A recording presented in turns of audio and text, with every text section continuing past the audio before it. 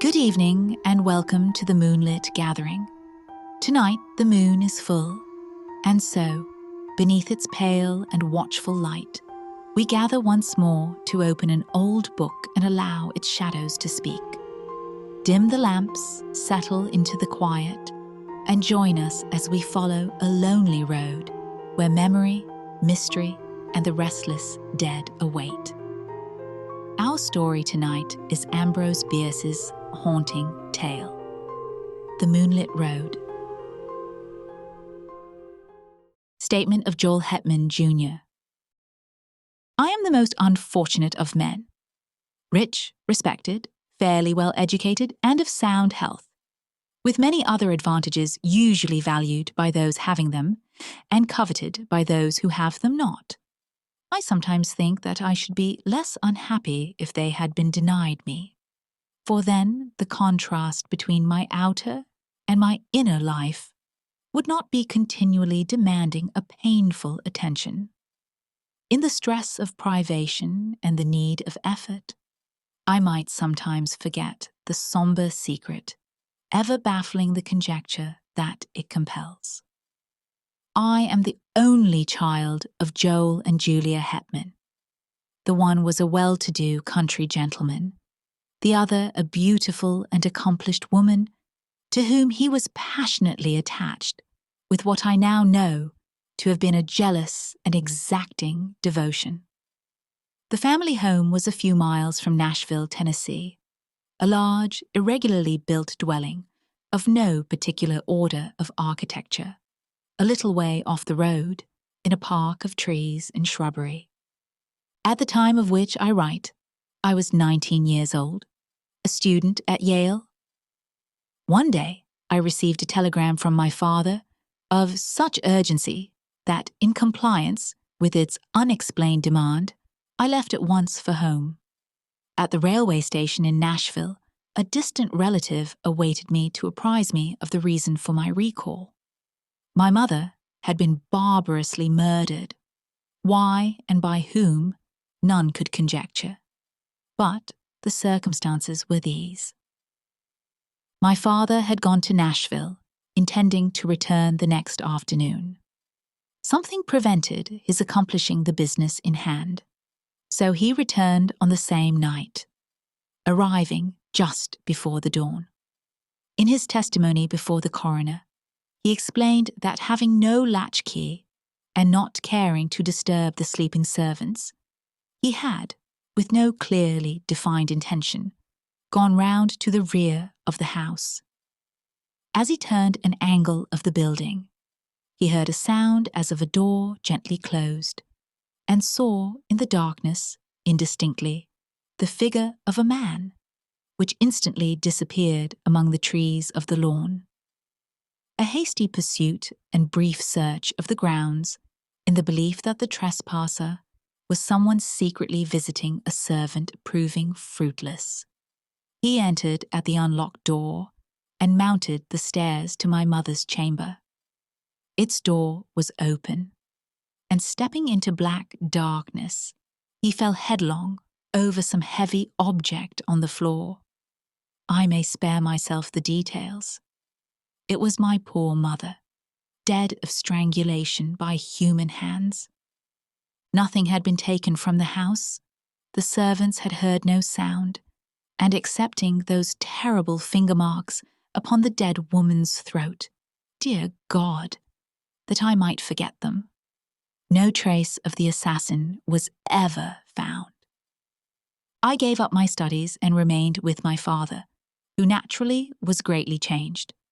Always of a sedate, taciturn disposition, he now fell into so deep a dejection that nothing could hold his attention, yet anything, a footfall, the sudden closing of a door, aroused in him a fitful interest. One might have called it an apprehension. At any small surprise of the senses, he would start visibly, and sometimes turn pale, then relapse into a melancholy apathy deeper than before. I suppose he was what is called a nervous wreck. As to me, I was younger then than now. There is much in that. Youth is Gilead. in which is balm for every wound. Ah, that I might again dwell in that enchanted land. Unacquainted with grief, I knew not how to appraise my bereavement. I could not rightly estimate the strength of the stroke. One night, a few months after the dreadful event, my father and I walked home from the city. The full moon was about 3 hours above the eastern horizon.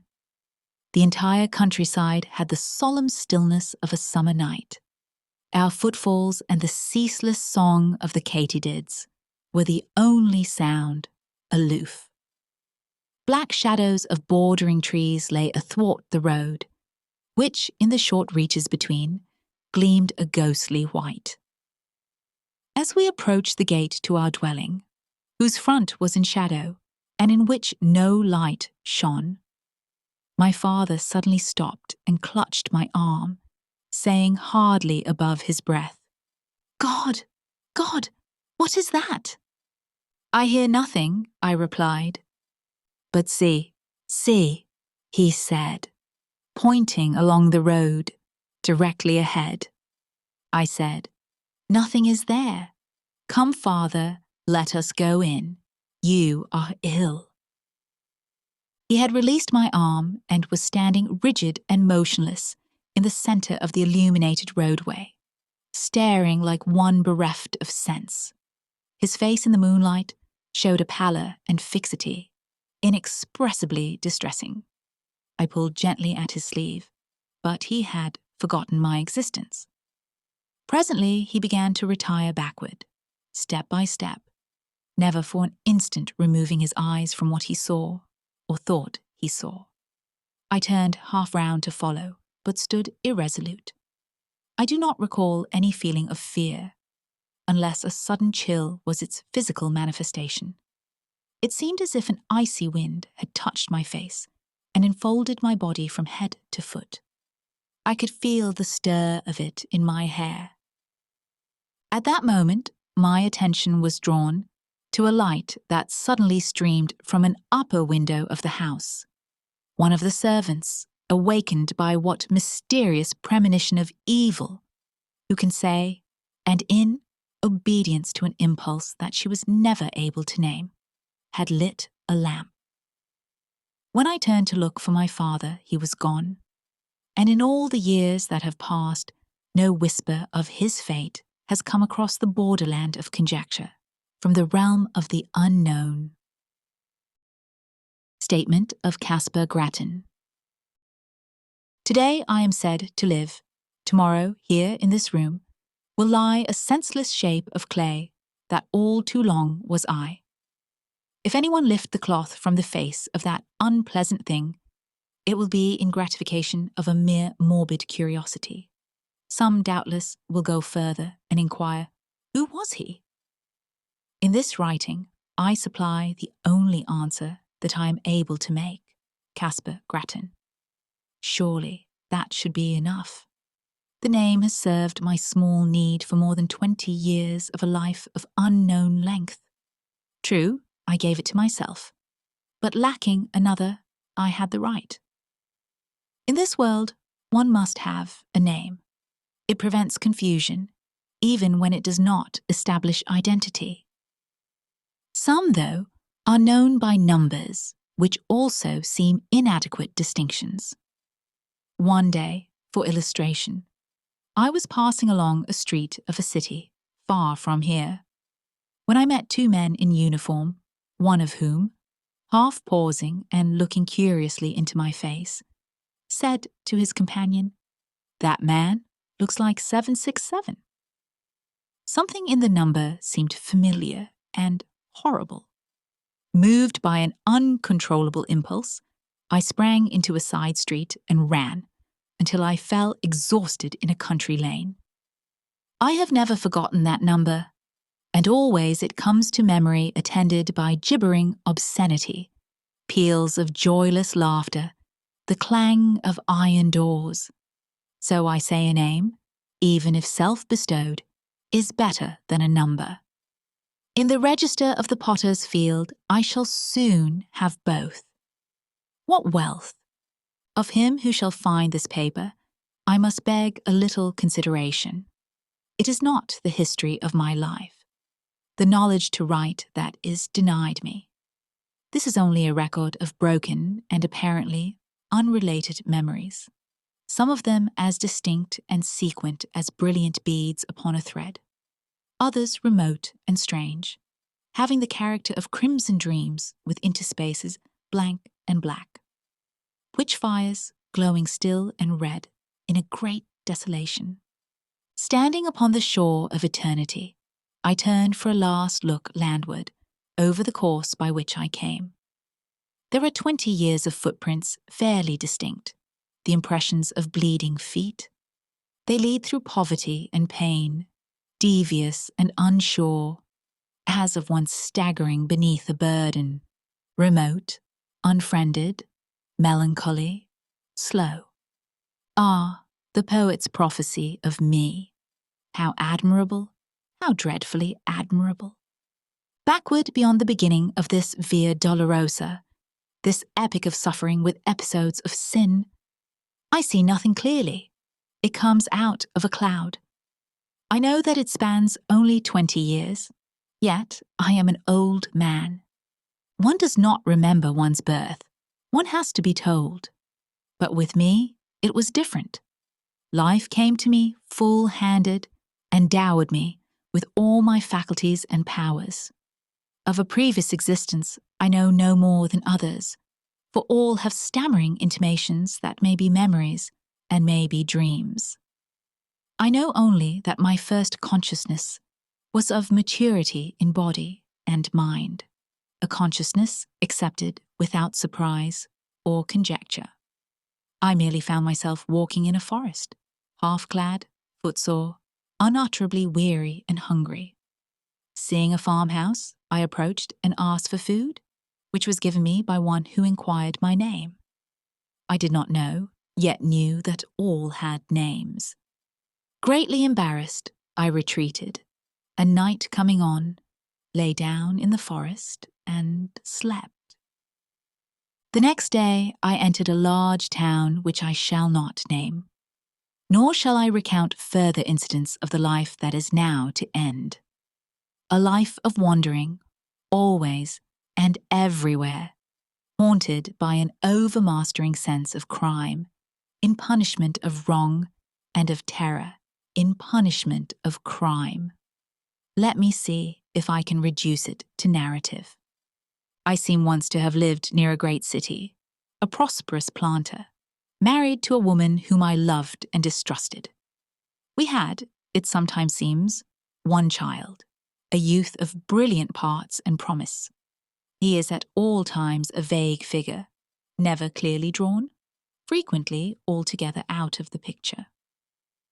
One luckless evening, it occurred to me to test my wife's fidelity in a vulgar, commonplace way, familiar to everyone who has acquaintance with the literature of fact and fiction. I went to the city, telling my wife that I should be absent until the following afternoon. But I returned before daybreak and went to the rear of the house, purposing to enter by a door with which I had secretly so tampered that it would seem to lock, yet not actually fasten. As I approached it, I heard it gently open and close, and saw a man steal away into the darkness. With murder in my heart, I sprang after him, but he had vanished without even the bad luck of identification. Sometimes now, I cannot even persuade myself that it was a human being. Crazed with jealousy and rage, blind and bestial, with all the elemental passions of insulted manhood, I entered the house and sprang up the stairs to the door of my wife's chamber. It was closed, but having tampered with its lock also, I easily entered, and despite the black darkness, soon stood by the side of her bed. My groping hands told me that, although disarranged, it was unoccupied. She is below, I thought, and terrified by my entrance, has evaded me in the darkness of the hall. With the purpose of seeking her, I turned to leave the room, but took a wrong direction. The right one. My foot struck her, cowering in a corner of the room. Instantly, my hands were at her throat, stifling a shriek. My knees were upon her struggling body, and there in the darkness, without a word of accusation or reproach, I strangled her till she died. There ends the dream.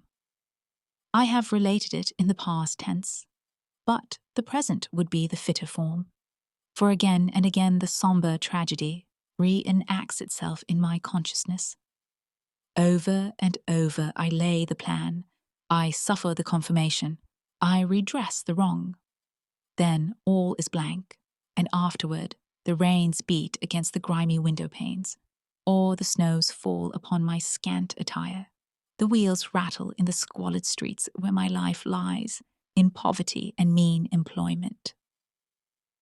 If there is ever sunshine, I do not recall it. If there are birds, they do not sing. There is another dream, another vision of the night. I stand among the shadows in a moonlit road. I am aware of another presence, but whose I cannot rightly determine. In the shadow of a great dwelling, I catch the gleam of white garments. Then the figure of a woman confronts me in the road. My murdered wife. There is death in the face. There are marks upon the throat. The eyes are fixed on mine with an infinite gravity, which is not reproach, nor hate, nor menace, nor anything less terrible than recognition. Before this awful apparition, I retreat in terror, a terror that is upon me as I write. I can no longer rightly shape the words. See? They. Now I am calm, but truly there is no more to tell. The incident ends where it began, in darkness and in doubt. Yes, I am again in control of myself, the captain of my soul.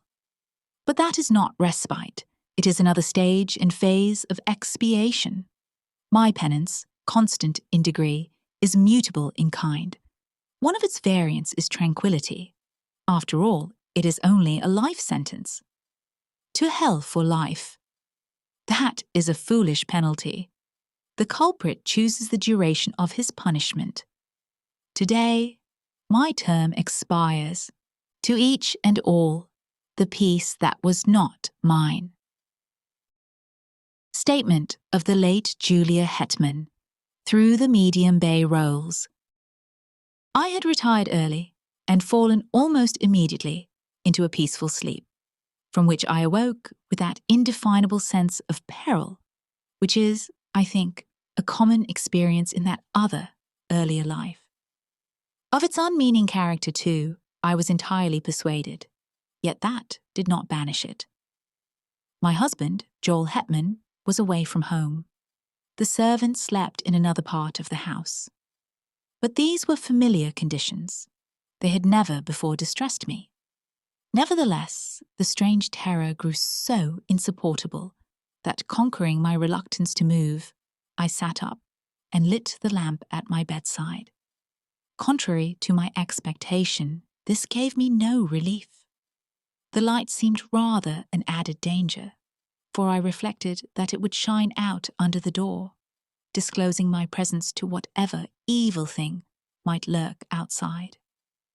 You that are still in the flesh, subject to horrors of the imagination, think what a monstrous fear that must be, which seeks in darkness security from malevolent existences of the night. That is to spring to close quarters with an unseen enemy. The strategy of despair. Extinguishing the lamp, I pulled the bedclothing about my head and lay trembling and silent, unable to shriek, forgetful to pray. In this pitiable state, I must have lain for what you call hours. With us, there are no hours, there is no time. At last it came. A soft, irregular sound of footfalls on the stairs. They were slow, hesitant, uncertain, as of something that did not see its way. To my disordered reason, all the more terrifying for that, as the approach of some blind and mindless malevolence to which is no appeal. I even thought that I must have left the hall lamp burning, and the groping of this creature proved it a monster of the night. This was foolish and inconsistent with my previous dread of the light. But what would you have? Fear has no brains. It is an idiot. The dismal witness that it bears and the cowardly counsel that it whispers are unrelated.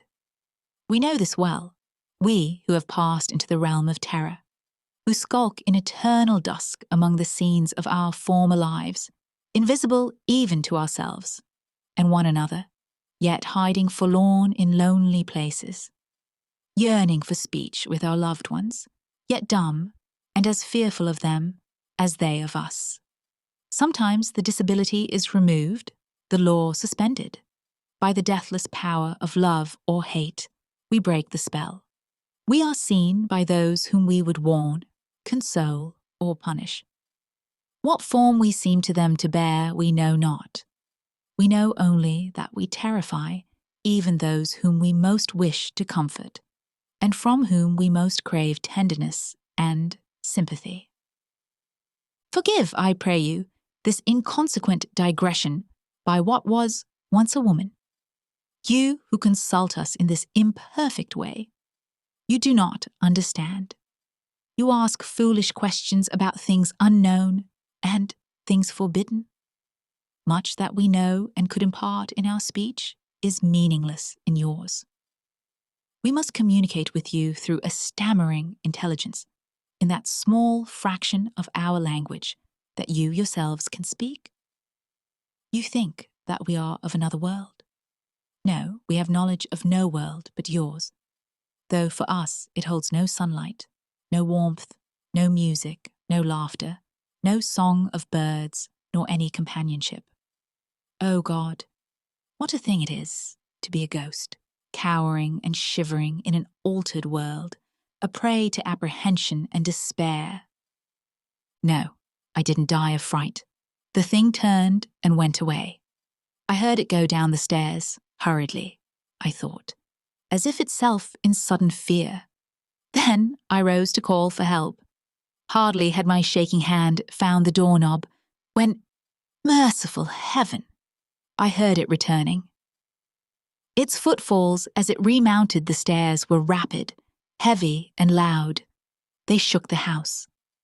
I fled to an angle of the wall and crouched upon the floor. I tried to pray. I tried to call the name of my dear husband. Then I heard the door thrown open. There was an interval of unconsciousness, and when I revived, I felt a strangling clutch upon my throat, felt my arms feebly beating against something that bore me backward, felt my tongue thrusting itself from between my teeth.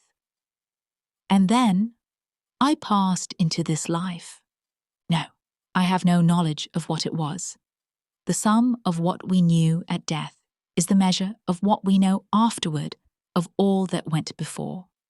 Of this existence we know many things, but no new light falls upon any page of that. In memory is written all of it that we can read. Here are no heights of truth overlooking the confused landscape of that dubitable domain. We still dwell in the valley of the shadow, lurk in its desolate places, peering from brambles and thickets at its mad, malign inhabitants.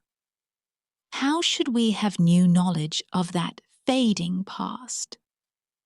What I am about to relate happened on a night. We know when it is night, for then you retire to your houses, and we can venture from our places of concealment to move unafraid about our old homes, to look in at the windows, even to enter and gaze upon your faces as you sleep. I had lingered long near the dwelling, where I had been so cruelly changed to what I am, as we do while any that we love or hate remain. Vainly I had sought some method of manifestation, some way to make my continued existence and my great love and poignant pity understood by my husband and son. always if they slept, they would wake, or if in my desperation I dared approach them when they were awake, would turn toward me the terrible eyes of the living, frightening me by the glances that I sought from the purpose that I held. On this night, I had searched for them without success, fearing to find them. They were nowhere in the house, nor about the moonlit dawn.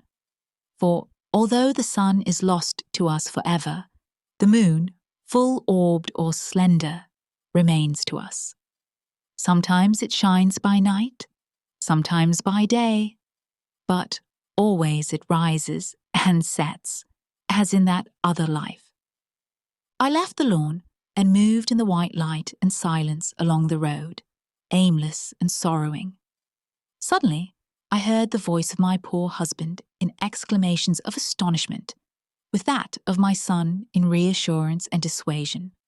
And there by the shadow of a group of trees they stood, near, so near. Their faces were toward me, the eyes of the elder man fixed upon mine. He saw me. At last, he saw me. In the consciousness of that, my terror fled as a cruel dream. The death spell was broken. Love had conquered law. Mad with exultation, I shouted. I must have shouted. He sees, he will understand. Then, controlling myself, I moved forward, smiling and consciously beautiful, to offer myself to his arms, to comfort him with endearments, and, with my son's hand in mine, to speak words that should restore the broken bonds between the living and the dead. Alas, alas! His face went white with fear. His eyes were as those of a hunted animal. He backed away from me as I advanced, and at last turned and fled into the wood, whither it is not given to me to know. To my poor boy, left doubly desolate, I have never been able to impart a sense of my presence. Soon he, too, must pass to this life invisible and be lost to me forever.